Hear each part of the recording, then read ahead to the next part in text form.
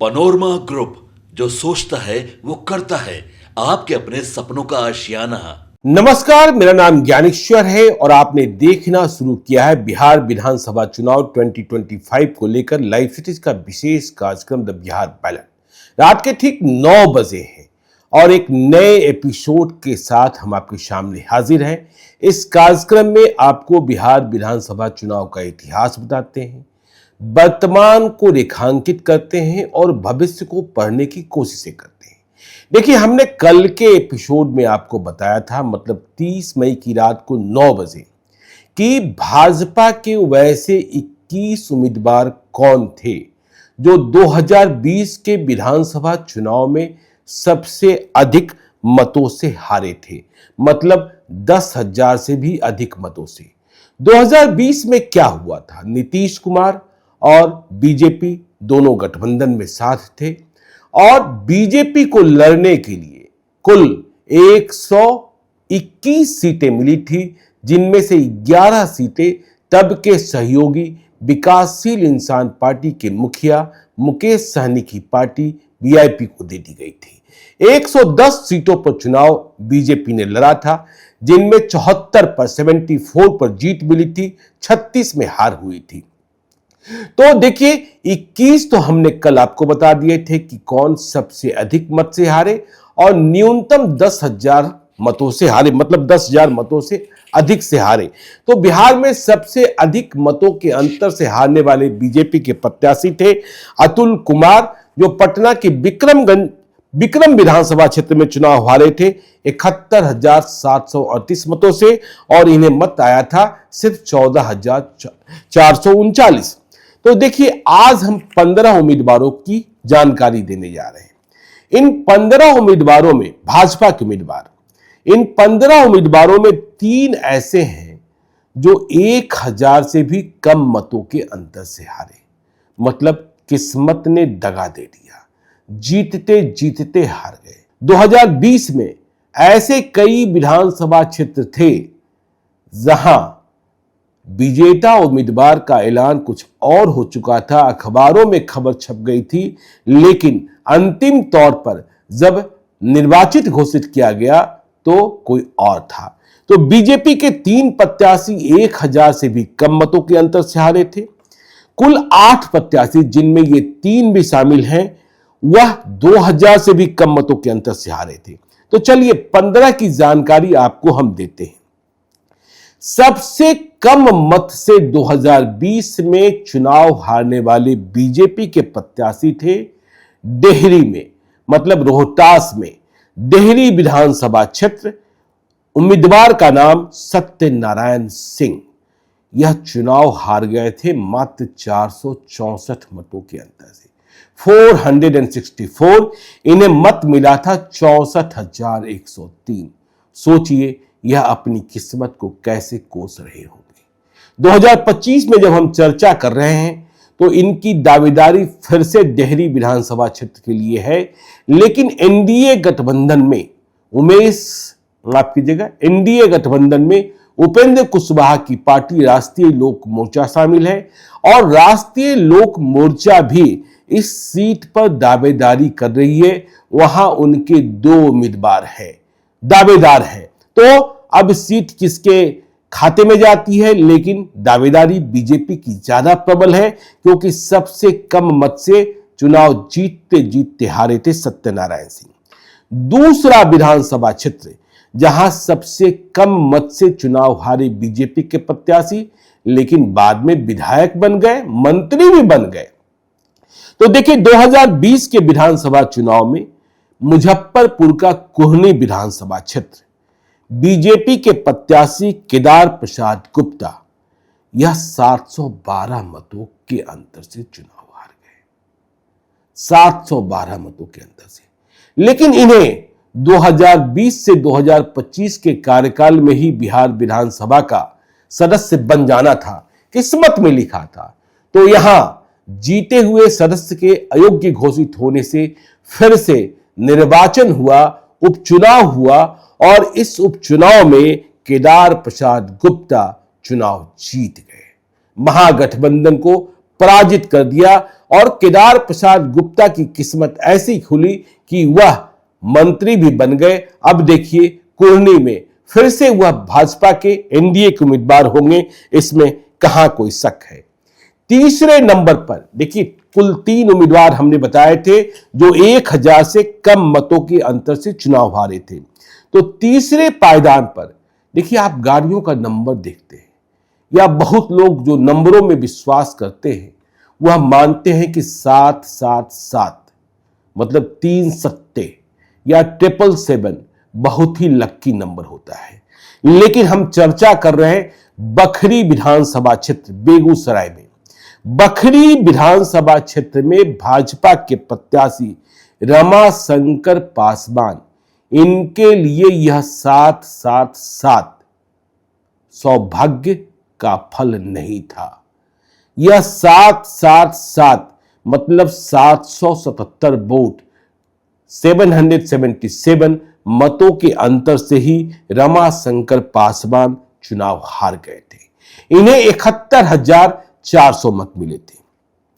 अब देखिए चौथा विधानसभा क्षेत्र, यहां 1000 मतों से अधिक अंतर से हार मिली बीजेपी के प्रत्याशी को। विधानसभा क्षेत्र है भागलपुर, आंध्र प्रदेश की राजधानी। भाजपा के उम्मीदवार रोहित पांडे 1113 मतों से 1113 मतों से चुनाव हार गए। इन्हें मत आया 64,389। रोहित पांडे क्यों हारे थे? देखिए 2020 में चिराग पासवान नीतीश कुमार के खिलाफ सभी विधानसभा क्षेत्रों में जेडीयू उम्मीदवारों के विरुद्ध चुनाव लड़ रहे थे, उनकी पार्टी लड़ रही थी। लेकिन चिराग पासवान ने कुछ चुनिंदे विधानसभा क्षेत्रों में भाजपा उम्मीदवारों के खिलाफ भी अपने प्रत्याशी उतार दिए थे और इन्हीं चुनिंदे विधानसभा क्षेत्रों में भागलपुर विधानसभा क्षेत्र भी था, जहां चिराग पासवान ने राजेश वर्मा डिप्टी मेयर को अपना प्रत्याशी बनाया था। वे ठीक ठाक मत ले आए थे और राजेश वर्मा को मिले मत ही रोहित पांडे की हार का कारण बना था, हार की वजह बन गए थे। तो देखिए राजेश वर्मा की किस्मत भी क्या कहती थी। राजेश वर्मा विधानसभा हारे, 2024 में वह लोकसभा के उम्मीदवार बन गए, मतलब खगड़िया गए, खगड़िया लोकसभा क्षेत्र से एलजेपी-आर के उम्मीदवार बने और सांसद निर्वाचित कर लिए गए। अब 2025 में क्या रोहित पांडे को टिकट मिलेगा? भागलपुर में यह सवाल है, क्योंकि भागलपुर में कई दावेदार हैं। भागलपुर में सबसे अधिक चर्चा शाहनवाज हुसैन की होती है कि उन्हें इस बार मौका मिल सकता है। वे भागलपुर के सांसद रहे हैं। वे भागलपुर में हिंदू और मुसलमान दोनों के बीच लोकप्रिय है और कहा यह जा रहा है कि अजीत शर्मा जो लगातार जीत ही जाते हैं वह तब हारेंगे जब कुछ मुसलमानों का मत भी प्राप्त हो जाए। तो शाहनवाज हुसैन की चर्चा है। अश्विनी चौबे जो मूलतः भागलपुर के 2024 में बक्सर से बेटिकट कर दिए गए, उनकी कोशिश अपने बेटे अरिजीत शाश्वत को टिकट दिलाने की है और यदि अरिजीत शाश्वत को टिकट मिलने में परेशानी हो तो अश्विनी चौबे स्वयं भी चुनाव लड़ना चाहते हैं, लेकिन रोहित पांडे को कैसे खारिज कर सकते हैं? रोहित पांडे की दावेदारी, संगठन में भूमिका लगातार तो यहां दिलचस्प है। और हम यह भी देख रहे हैं कि भागलपुर जिले के कई विधानसभा क्षेत्रों में मामला फंसा हुआ है, जैसे कहलगांव विधानसभा क्षेत्र में भाजपा के प्रत्याशी पवन कुमार यादव बिहार में सबसे अधिक मत लाने वाले भाजपा प्रत्याशी थे, लेकिन कहलगांव विधानसभा क्षेत्र पर इस बार नजर गड़ी हुई है जनता दल यूनाइटेड की। जनता दल यूनाइटेड मतलब नीतीश कुमार भागलपुर में कहलगांव की सीट जनता दल यू के खाते में लाना चाहते हैं और सदानंद सिंह के बेटे शुभानंद मुकेश को चुनाव लड़ाना चाहते हैं। अब देखिए भागलपुर का नाथनगर विधानसभा क्षेत्र, यहां लोजपा की दावेदारी हो रही है, विजय यादव हैं, लेकिन यहां जेडीयू की दावेदारी ज्यादा मजबूत है, उनके पास उम्मीदवारों की, दावेदारों की लंबी फौज है और इस विधानसभा क्षेत्र से नीतीश कुमार का विशेष लगाव है, जेडीयू का घर भी रहा है। ठीक इसी प्रकार इस बार भागलपुर के किसी विधानसभा क्षेत्र से बुलो मंडल जो आरजेडी के सांसद थे, उनका जेडीयू के टिकट पर चुनाव लड़ना तय माना जा रहा है। खैर चलिए, तो पांचवें पायदान की बात करते हैं। चंपारण का कल्याणपुर विधानसभा क्षेत्र, भाजपा के उम्मीदवार सचिंदर कुमार सिंह 1193 मतों से चुनाव हारे। इन्हें मत मिला 71,626।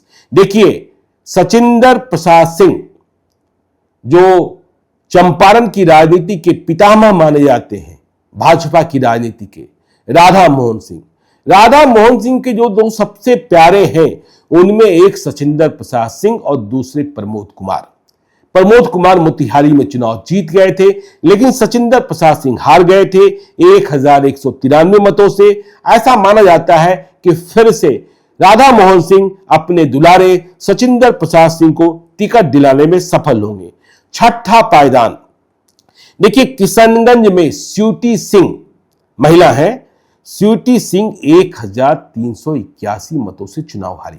वैसे मेरा मानना है कि किशनगंज, जहां अल्पसंख्यक आबादी बहुत है और वहां मात्र 1381 मतों से यदि भाजपा के उम्मीदवार की पराजय होती है, तो इसका अर्थ यह हुआ कि मुकाबला बहुत संघर्षपूर्ण था। स्वीटी सिंह को 59,697 मत आए थे, लेकिन इतने कम मतों से हार की एक वजह यह भी रही कि सीमांचल में ओवैसी की पार्टी चुनाव लड़ रही थी और वहां मुस्लिम मतों का विभाजन कई उम्मीदवारों के पक्ष में हो रहा था। 2025 में क्या होगा देखना होगा। सातवां पायदान, देखिए, सातवें पायदान पर सबसे कम मतों से चुनाव हारने वाले बीजेपी के उम्मीदवारों में ओम प्रकाश यादव हैं। सिवान विधानसभा क्षेत्र, देखिए, पूर्व सांसद रहे, शहाबुद्दीन के एक थप्पड़ ने इन्हें नेता बना दिया था। तो सिवान में ओम प्रकाश यादव को लड़ाया गया था। 2020 में यह 1973 मतों से चुनाव हारे। अवध बिहारी चौधरी के हाथों 74,812 मत अवध बिहारी चौधरी को मिले थे। लेकिन 2025 में क्या करेंगे ओम प्रकाश यादव, किसी को बात समझ में नहीं आ रही है। इसीलिए तो यह चर्चा हो गई है कि सिवान सदर विधानसभा क्षेत्र से बिहार के स्वास्थ्य मंत्री, भाजपा के वरिष्ठ नेता मंगल पांडे चुनाव लड़ सकते हैं। ओम प्रकाश यादव को लेकर इतना कंफ्यूजन है। पहले यह बात चलती रही कि ओम प्रकाश यादव विधानसभा का चुनाव स्वयं नहीं लड़ना चाहते हैं, वह अपने बेटे हैप्पी यादव को लड़ना चाहते हैं। फिर अचानक से एक दिन उनकी मुलाकात प्रशांत किशोर से हो जाती है, तस्वीरें वायरल होती है, खबर आती है कि ओम प्रकाश यादव प्रशांत किशोर के साथ जा रहे हैं, लेकिन अगले दिन इसका भी खंडन हो जाता है और अब चर्चा शुरू होती है कि वह राजद के संपर्क में है, उनके बेटे को टिकट दिया जाएगा, सिवान से नहीं, बड़हरिया से या और किसी विधानसभा क्षेत्र से। लेकिन फिर से वह शाहनवाज हुसैन के साथ दिखते हैं। जब शाहनवाज हुसैन सिवान जाते हैं, ओम प्रकाश यादव और उनके बेटे भी स्वागत में होते हैं। तो इसलिए ओम प्रकाश यादव को लेकर भविष्यवाणी करना बड़ा ही मुश्किल है। चलिए, 8वां विधानसभा क्षेत्र रामगढ़ रोहतास का, यहां के हारे हुए उम्मीदवार, बीजेपी के उम्मीदवार अशोक कुमार सिंह की किस्मत भी केदार प्रसाद गुप्ता कुहनी वाली जैसी थी। यह 2020 में चुनाव हार गए 1999 मतों से, मतलब 2000 से कम एक वोट, और इन्हें हराया था सुधाकर सिंह ने, जगदानंद सिंह के बेटे, आरजेडी के उम्मीदवार। जब बिहार में महागठबंधन की सरकार बनी तो वह कृषि मंत्री भी बने, बाद में उन्हें इस्तीफा भी देना पड़ा। तो सुधाकर सिंह 2020 में जीते। बहुत संघर्षपूर्ण मुकाबला था यहां, लेकिन तीसरे पायदान पर थे अशोक कुमार सिंह। 1999 मतों से हारने के बाद भी यह दूसरे पायदान पर नहीं थे। दूसरे पायदान पर यहां बहुजन समाज पार्टी के प्रत्याशी अंबिका सिंह यादव थे। तो देखिए अब अशोक कुमार सिंह की किस्मत कैसे खुलती है। सुधाकर सिंह सांसद हो जाते हैं, यहां उपचुनाव होता है। अंबिका सिंह यादव चुनाव नहीं लड़ते हैं। जगदानंद सिंह अपने एक और बेटे को चुनाव लड़ाते हैं। अंबिका सिंह यादव अपने भतीजे को चुनाव लड़ाते हैं। अशोक कुमार सिंह पर बीजेपी फिर से दांव लगाती है। मुकाबला संघर्षपूर्ण होता है। आरजेडी टक्कर में नहीं रहता है, लेकिन अशोक कुमार सिंह विधायक जीत जाते हैं, विधायक बन जाते हैं। अब चलिए 9वां पायदान, औरंगाबाद विधानसभा क्षेत्र, चित्तौड़गढ़। चित्तौड़गढ़ तो इस बार बीजेपी लोकसभा में भी हार गई। रामाधार सिंह भाजपा के पूर्व मंत्री और कद्दावर नेता अब तो स्वास्थ्य जनित कारणों से बीमार रहते हैं। चुनाव लड़ेंगे नहीं लड़ेंगे, इधर बीजेपी के नेताओं के खिलाफ भी यह मोर्चा खोले रहते हैं।